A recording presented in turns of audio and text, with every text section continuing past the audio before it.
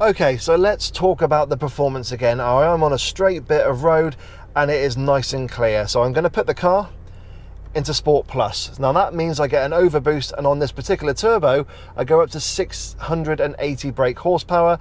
As standard in normal mode it's about 625, so it is still no slouch.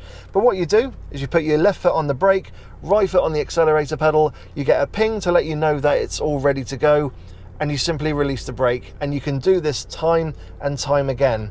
Now I've got around about 110 miles range, and I think it's around about, let's have a little look, 49% capacity on the battery, so I should be able to do a full launch control.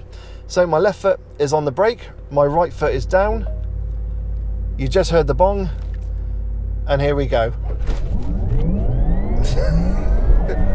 And that's 60 right there. That was just gobsmacking.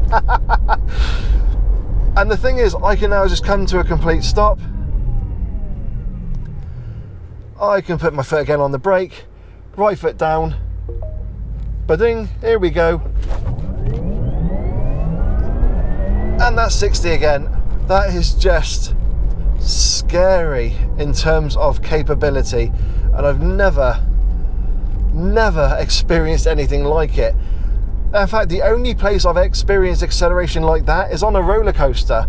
I've never experienced it in a car, and you definitely won't be able to do that fully with a combustion engine just by itself. In terms of performance as well, the closest I think you can come to that is probably something like a supercar, like a Honda NSX, but even then you've got to spend a lot more money to achieve that kind of performance capability from that car. Now, whilst I'm in Sport Plus and I'm driving on this road, I will mention that, yes, the suspension is a bit firmer, but it's not uncomfortable. In fact, yes, you can just see my wobbly bits moving around a little bit, but again, it's absolutely fine. It's really hugely impressive. And I just wish that you guys could experience that launch control, because that is something else.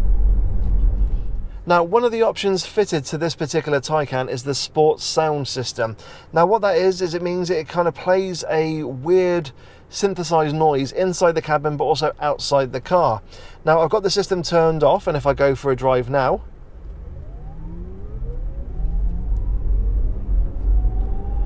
you can hear we've got that sci-fi whir that we've become accustomed to on electric vehicles.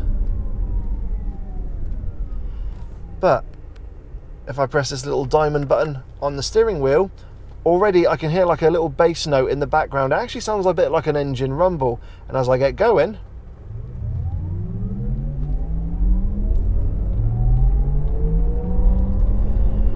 it does add a new kind of dimension to the sound that an EV makes. And if I slow down,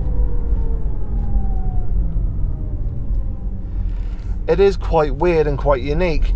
Of course, that is an optional extra, and I think I would probably go for it, because it is very unique to the Taycan, and definitely sounds different to other EVs out there. Now, speaking of the steering wheel, we've got that diamond button. As I said, that operates the Sport Sound. Just below that, on the left hand side, we got a picture of a battery with a little circle around it, and that operates the Regen braking.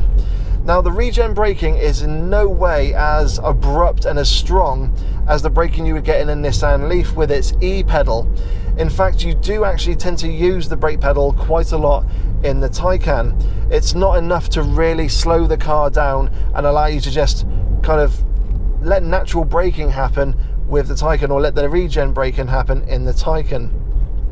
But something that there is actually that happens is if you have it in Sport Plus mode and you do lots of driving, say around a track, when you take your foot off the accelerator, it does start to slow down a little bit, and that's actually to replicate kind of engine braking as you're slowing down on a track. It's a bit of a unique feature, the guys at Porsche told me, but it's quite nice, I think, having somebody going from an internal combustion engine to a full EV or full performance EV and not feeling like it's completely alien.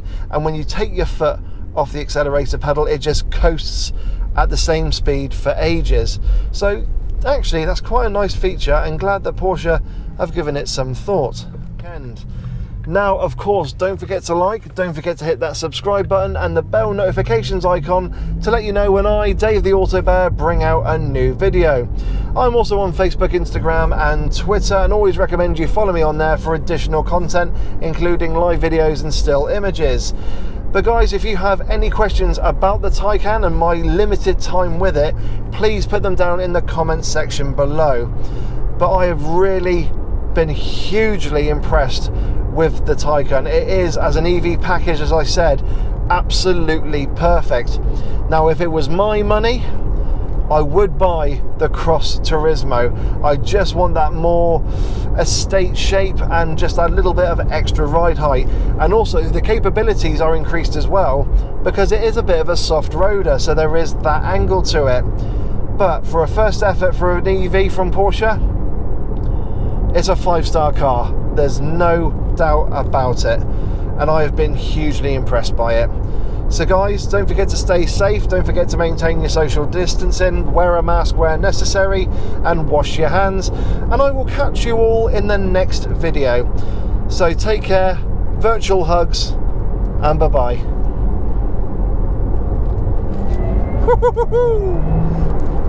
Every single time that catches me off guard.